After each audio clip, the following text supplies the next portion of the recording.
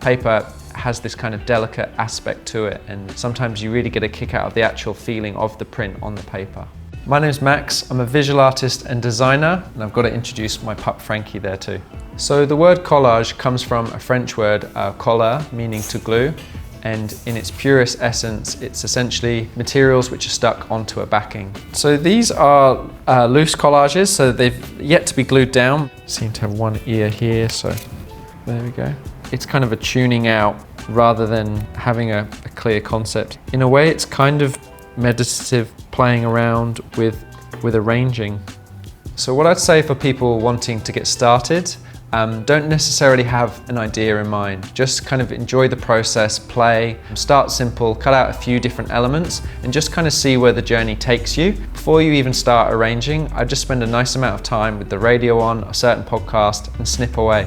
Whether that's 45 minutes or 4 to 5 hours. Just enjoy the nature of cutting, and believe me, it's highly addictive. And then when kind of the energy and the inspiration strikes you, then start to pull those various different puzzle pieces and see how they might be combined back together. Cutting as well is always a 2-for-1 moment, because not only do you get the thing that you were after, we're getting an interesting scrap, or we're getting an interesting negative. Sometimes the negative may be more interesting than the thing we meant to cut out. One thing that's slightly different about my collage practice, which might be surprising, is that I rarely actually use glue. For the most part these days now, I'm working by hand cutting materials. I'm arranging them like you would, but before you glue them. And instead of glue, what I'm doing is choosing to use a camera or even a scanner to capture those various loose ideas. So as my practice has evolved and emerged, I've been cutting out for well over 10 years, and I've got all these different cutouts from different times and places.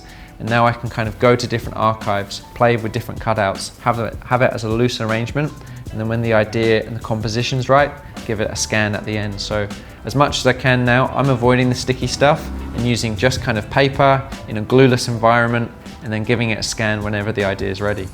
One of the main ethoses or kind of things that we've really tried to stand by here is to use secondhand wherever possible. That's along with collage as well. It's trying to be kind of amalgamation of mixing things from different places. So the space itself has really grown from going to various op shops, trash and treasure markets, even online marketplaces and so on. So it's kind of grown week by week, treasure by treasure.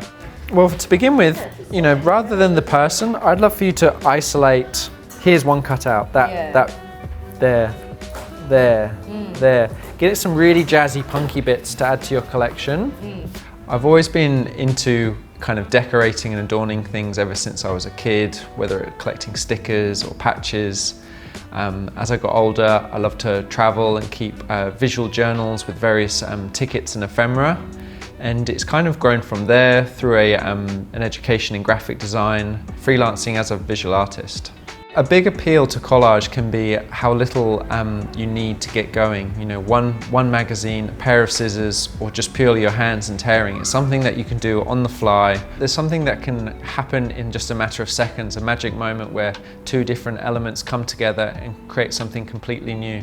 That one cutout placed with one other cutout, but it's equaling more than two. Collage, for me, it's playing with paper. For some reason, I've just always had a fascination with it, whether it's going to markets and collecting beautiful vintage postcards that maybe have got a bit of hand paint on them, or kind of how the various handwritten scrawls on the inside of a book jacket might still be there.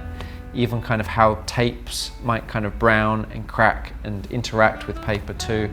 The more tarnished and kind of degraded, for me, sometimes even the better. I just feel like there's so much creative potential in every different sheet. So it's something that I've been addicted to for years, and I don't see it ending anytime soon.